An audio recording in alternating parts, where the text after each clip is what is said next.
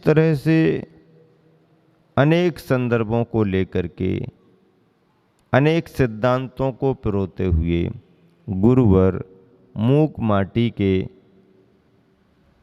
बढ़ते हुए प्रसंगों में और अपनी व्याख्याएं स्पष्ट करते जा रहे हैं। सबसे बड़ी बात तो ये है कि संगीत में भी भारतीय संगीत की बात करें और पाश्चात्य संगीत की बात करें तो भी बड़ा अंतर है। भारतीय संगीत शांति को दिलाता है, पाश्चात्य संगीत में उद्रेक आता है। पाश्चात्य संगीत में शोर शराबा ज़्यादा है, भारतीय संगीत में कानों को फोड़ने वाला शोर शराबा नहीं है। जितने भी डीजे बज रहे हैं ये भारतीय संगीत नहीं है, ये पाश्चात्य संगीत है। चलन इन्हीं का ज़्यादा है। इसके साइड इफेक्ट भी बहुत पड़ रहे हैं, हानियां भी इसकी बहुत हो रही हैं। मानसिक हानियां तो हो रही हैं, शारीरिक व्याघात भी हो रहे हैं। पाश्चात्य कल्चर, पाश्चात्य चिंतन, पाश्चात्य संगीत हमारे लिए उपादेय नहीं। भारतीय संगीत में गहराई है, अध्यात्म से जुड़ता है। संगीत भक्ति का आधार है। संगीत अपने में रमने के लिए, अपने में जमने के लिए आधार है, पर संगीत का प्रयोग उतना ही होना चाहिए। क्या कहा? संगीत का प्रयोग उतना ही होना चाहिए जितना दाल या सब्जी में छौंक बघार का होता है। दाल या सब्जी में बघार कितना लगाया जाता, छौंक कितना लगाया जाता? एक तपेली सब्जी है तो एक तपेली बघार लगेगा क्या उसमें? एक कटोरी दाल है तो एक कटोरी छौंक लगाएंगे क्या? कितना छौंक लगेगा उसमें? चौका वाले जानते हैं कितना लगेगा। इतना है तो इतना। तो संगीत का महत्व है, उसका अपना स्थान है, पर स्थान कितना? सहयोगी पार्ट, मेन पार्ट संगीत नहीं है। संगीत माध्यम है भजन के लिए, भक्ति के लिए, पूजा के लिए, मन को रमाने के लिए, मन को विश्रांति देने के लिए, मन का तनाव कम करने के लिए, मन में प्रसन्नता लाने के लिए, मन को आनंद से जोड़ने के लिए संगीत की भूमिका है। लेकिन संगीत का प्रयोग कितना हो, आवश्यकता अनुसार होना। वर्तमान में जितने भी ये संगीतकार चल रहे हैं या आ रहे हैं, मैं समझता हूँ 90% संगीतकार फेल हैं, है ही नहीं उनको कुछ। शास्त्रीय संगीत की एक विधा मालूम नहीं उनको।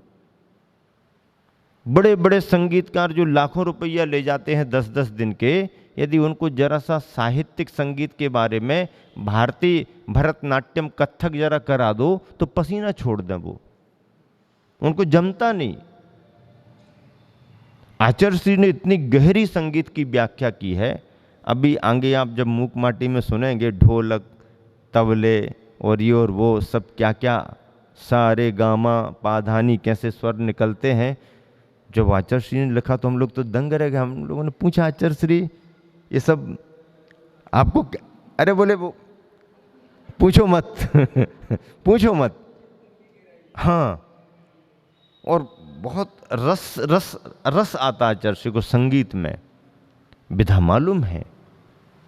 कभी संगीत प्रेमी होता ही है, कभी प्रकृति प्रेमी होता ही है, और संत जो होता वो कभी स्वाभाविक रूप में होता है और कभी जो होता है वो स्वाभाविक रूप में संत जैसा हो ही जाता है। साधना कभी की भी बहुत बड़ी है, साधना संत की भी है।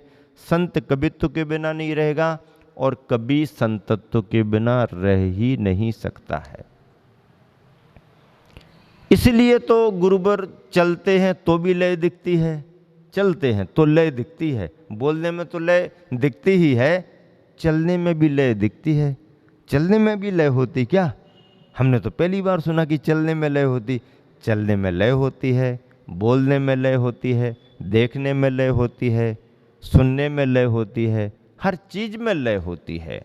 लय का स्वरूप यदि आपको मालूम है तो आपकी दिनचर्या के प्रत्येक कार्य में भी लय हो सकती है, और जो लय के साथ काम करता है उसका अपना आनंद ही अलग होता है।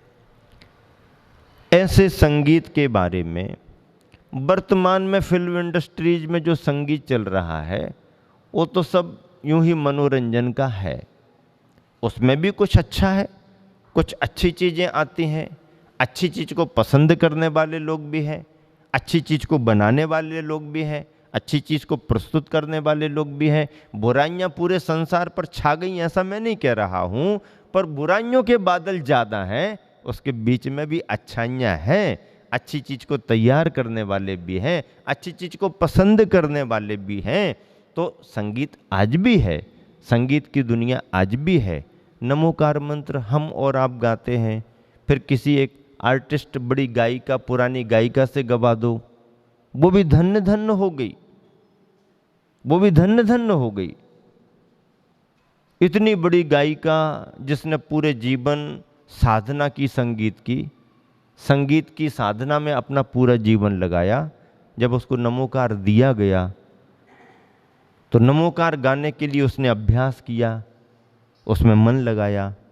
बिन मन लगाए, बिन भावना भाए कोई स्वर निकलते नहीं है, बनावटी स्वर गहरे नहीं होते हैं। उसने अपना अभ्यास किया, भावना जोड़ी उसमें, और जब उसने नमोकार गाया तो तुम और सब सुन सुन करके इतना अच्छा, इतना अच्छा, तो तुम क्यों नहीं अभी तक, तुम तो जन्म जिंदगी से कर रहे, नहीं नहीं बहुत अच्छा है वो, उसने तो पहली बार गाया, तुम तो जन्म जिंदगी पैदाइश ही गाते आ रहे, नहीं नहीं बहुत अच्छा है, बहुत अच्छा है। तो कहने का मतलब ये है, अब एक मुस्लिम बालिका ने नमोकार गाया, अभी अभी ताजा चल रहा है व्हाट्सएप पर, मुस्लिम बालिका ने नमोकार गाया, कश्मीर की लड़की ने नमोकार गाया। सामान्य बात नहीं है, बिना हृदय की आवाज के कोई स्वर नहीं निकलते हैं। किसी को दबा करके स्वर निकलवाओ तो निकलते भी नहीं है। रोना और हंसना तो हो सकता है दबाव में, लेकिन अंदर के स्वर नहीं निकलते हैं। उसने मन से गाया, अंदर से गाया, और इतनी विनय से उसने गाया कि ये कह रही है कि इसके अल्फाज के उसमें कुछ यदि हमारे से गलती हुई हो, कुछ ऐसा हो, तो देखो कितना भाव। इसीलिए कहते हैं कि ये समुदाय तो थोड़े से बाहरी बातें हैं, यदि इनसे परे हट करके कोई व्यक्ति अंतरात्मा को पहचाने तो सारी दुनिया मानवीयता के आधार पर तो एक ही है, और हर प्राणी अच्छाई को पसंद करता है।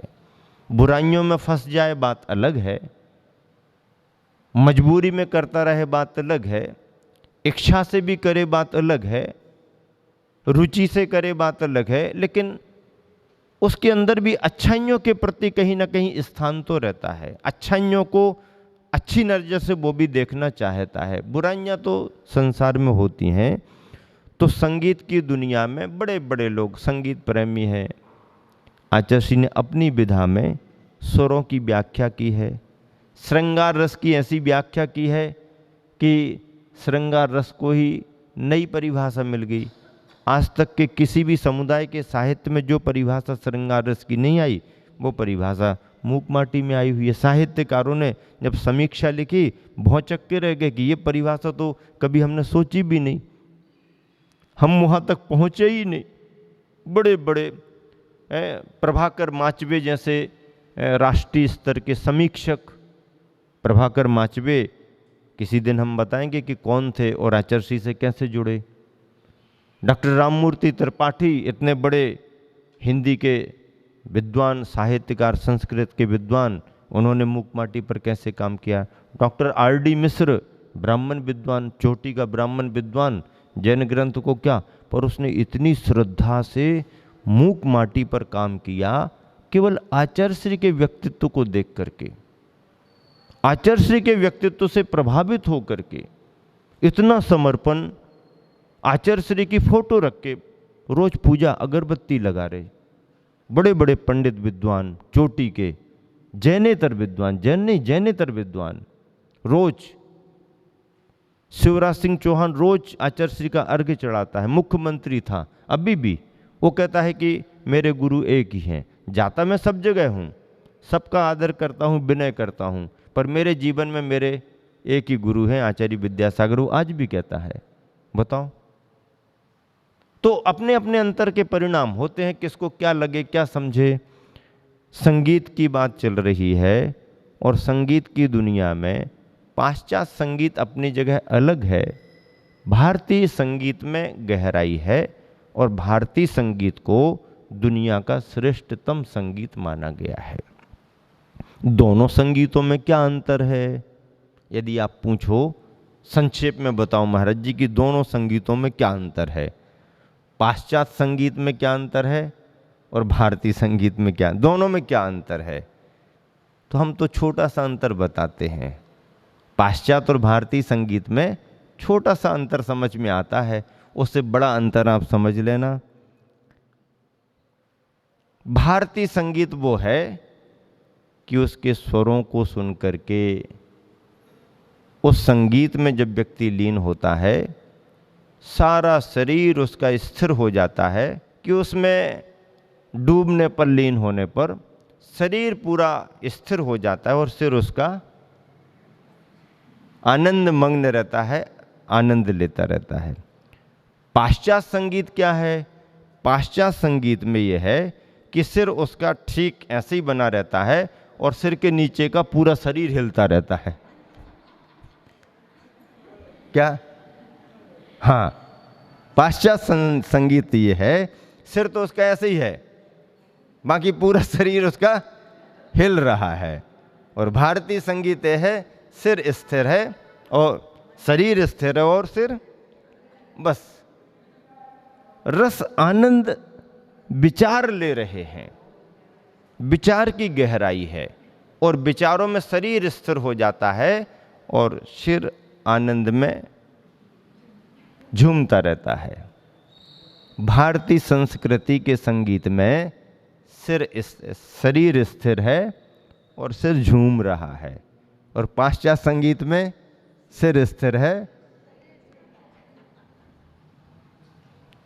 ये अंतर है। आचार्य श्री आगे इन सभी बातों को और स्पष्ट करेंगे। यहां पर बात आ रही है,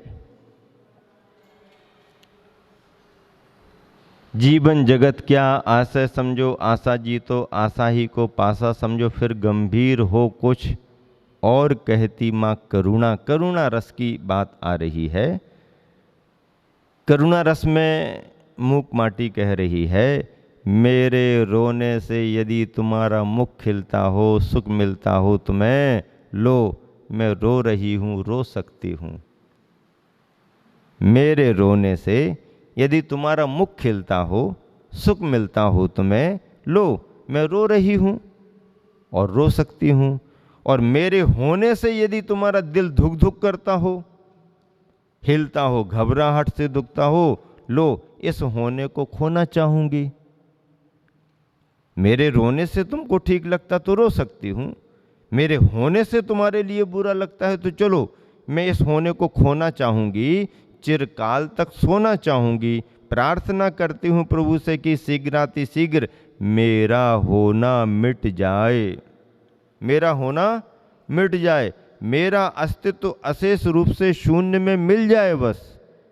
इस पर प्रभु फरमाते हैं कि, इस पर प्रभु फरमाते, फरमाते शब्द लिखा गुरुवन ने, इस पर प्रभु फरमाते हैं कि होने का मिटना संभव नहीं, होने का मिटना संभव नहीं है बेटा, होना ही संघर्ष समर का मीत है, होना ही संघर्ष समर का मीत है, और होना ही हर्ष का अमर गीत है, होना ही हर्ष का अमर गीत है। मैं क्षमा चाहती हूँ तुमसे, तुम्हारी कामना पूरी नहीं हो सकी हे भोक्ता पुरुष, इससे इस लेखनी का गला भी भर आता है, लेखनी का गला भी भर आता है। माँ का समर्थन करता हुआ कभी किसी दशा पर इसकी आंखों में करुणाई छलक आती है और कभी किसी दशा पर इसकी आंखों में अरुणाई झलक आती है। क्या करूं, विश्व की विचित्रता पर रोऊं क्या हंसूं, विश्व की विचित्रता पर रोऊं क्या हंसूं। बिलकती इस लेखनी को विश्व लगता तो है, बिलकती इस लेखनी को विश्व लखता तो है। इसे भरसक परखता भी है, ईश्वर पर विश्वास भी रखता है और ईश्वर का इस पर गहरा असर भी है, ईश्वर का इस पर गहरा असर भी है। पर इतनी ही कसर है कि वह असर सर तक ही रहा। ईश्वर का इस पर असर भी है, पर इतनी ही कसर है कि वह असर वह असर सर तक ही रहा है, अन्यथा सर के बल पर क्यों चल रहा है आज का मानव। इसके चरण अचल हो चुके हैं माँ, आदि ब्रह्मा आदिम तीर्थंकर। देखो कितनी बड़ी बात आ गई। मूक माटी साहित्यिक कृति है, पर कहीं महावीर को याद किया जा रहा, कहीं आदिनाथ और तीर्थंकर जैसा शब्द लिखा जा रहा, कहीं पर राम और श्याम को याद किया जा रहा है। श्याम की बांसुरी को भी आचार्य ने बहुत अच्छा संबोधन दिया है। मतलब भारतीय संस्कृति के प्रत्येक पुरुष जितने भी रहे हैं, पुण्यवान या सलाह का पुरुष जो भी रहे हैं, गुरुवर के अनुभव में, लेखनी में, चिंतन में आते ही रहे हैं और उनके माध्यम से गुरुवर निरंतर साहित्य में संदेश भी देते रहे हैं। क्या कह रहे हैं, आदिम ब्रह्मा आदिम तीर्थंकर आदिनाथ से प्रदर्शित पथ का आज अभाव नहीं है माँ, पथ का अभाव नहीं है, परंतु उस पावन पथ पर दूब उग आई है खूब, पावन पथ पर दूब उग आई है खूब। वर्षा के कारण नहीं, उस रास्ते पर पथ पर घास आ गई है तो वर्षा के कारण नहीं। चारित्र से दूर रहकर केवल कथनी में करुणा रस घोल, धर्मामृत वर्षा करने वालों की भीड़ के कारण चारित्र से दूर रहकर केवल कथनी में करुणा रस घोल, धर्मामृत वर्षा करने वालों की भीड़ के कारण, कि केवल कथनी कथनी में चल रहा है और चलना तो कुछ हो ही नहीं रहा। ऐसे लोगों के कारण भगवान के मार्ग पर घास उग आई है, वर्षा के कारण घास नहीं आई है, ये नहीं चलने वालों के कारण घास आ गई है। समय आपका हो गया है। महावीर भगवान की जय।